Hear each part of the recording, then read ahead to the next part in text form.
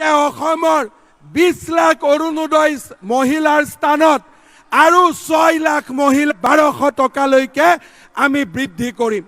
শ্ৰদ্ধাৰ ৰাইজ, আজি মাইক্ৰ' ফাইনেন্সৰ লোনৰ ৰেহাইৰে আমি 11 লাখ আই মাতৃক সমাহিত কৰিবলৈ আমি প্ৰচেষ্টা হাতত লৈছোঁ।